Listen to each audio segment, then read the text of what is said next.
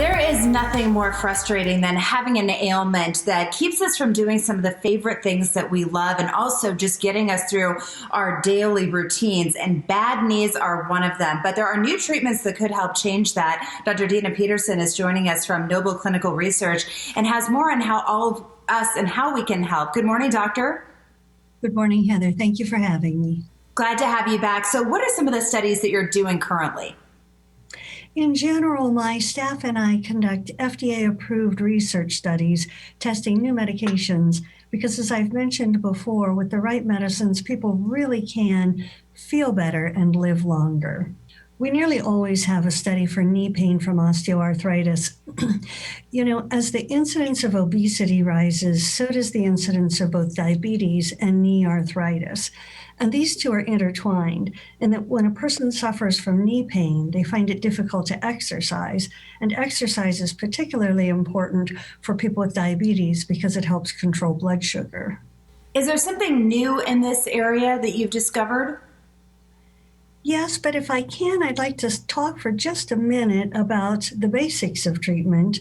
Treatment begins with weight loss if needed and exercise if possible, because exercise strengthens the muscles that support the knee, and without good support, arthritis can develop or worsen. So treatment then moves on to medications like ibuprofen, but there are safety concerns with long-term use, and even in the short term, it's not great for people with diabetes or kidney trouble. Then there's the option of a steroid injection in the knee, but most steroid injections are short-acting, giving short-acting pain relief and causing fluctuations in blood sugar. So now drug developers are working on a steroid injection that is long-acting in hopes of providing up to 6 months of pain relief and stable blood sugar. And we have a study right now going on that is testing one of these long-acting steroids, and we're looking for volunteers. A lot of this can't happen, and these developments can happen without volunteers. Is there a time commitment that people should be aware of if they're thinking about signing up? All studies vary a little bit in their length, but typically they're between 4 and 12 months. And volunteers are compensated for time and travel efforts, typically between $500 and $1,000, depending on the amount of effort involved. Of course, they receive a fair amount of free testing. In this study, free x-rays of the knees, and nearly always free blood work and EKG and such. Just to get some insight into the personal stories of people who are volunteering, do they feel the sense of, that they've really contributed to something bigger? Almost everybody that comes in here has a sense that while they may receive a treatment and they personally may derive benefit from participation in the trial, that the bigger aspect is that they're contributing to helping advance medical research. And as I try to tell every volunteer, we wouldn't have any new medicines without people like them. Where can we go to learn more about the study if people are interested?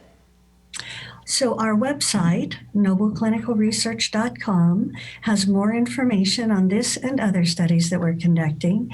And it has a link where volunteers can register, put in their contact information, and then one of my awesome staff will reach out to them and answer any questions they have, offer an appointment if it seems reasonable, and so on. And of course, people are always willing to call, are always welcome to call the site. Phones do get a little bit busy sometimes. Please just leave a voicemail and we'll get back to you as soon as possible. For somebody watching out there right now who's on the fence, what would you say to them? On the fence, reach out for more information. See if the study is right for them. And if it's not, then it's not. But if it is, terrific. Come be part of our research family. Help us advance medical research to the best that we can, and go from there. Changing so many lives. Doctor, thanks so much for what you do and being with us again. Thank you, Heather. Much appreciated. Oh, may I just say before I go that I want people to know that we are committed to COVID prevention. We space appointments. We use hospital-grade germicide. We wear masks, and we ask volunteers to do the same so that we can all stay safe while we continue to advance medical research. Important information. Thank you again. Thank you. Have a great day. You too. And if you'd like to learn more about the new studies at Noble Clinical Research, you can call them at 520-612-7860, or you can visit nobleclinicalresearch.com.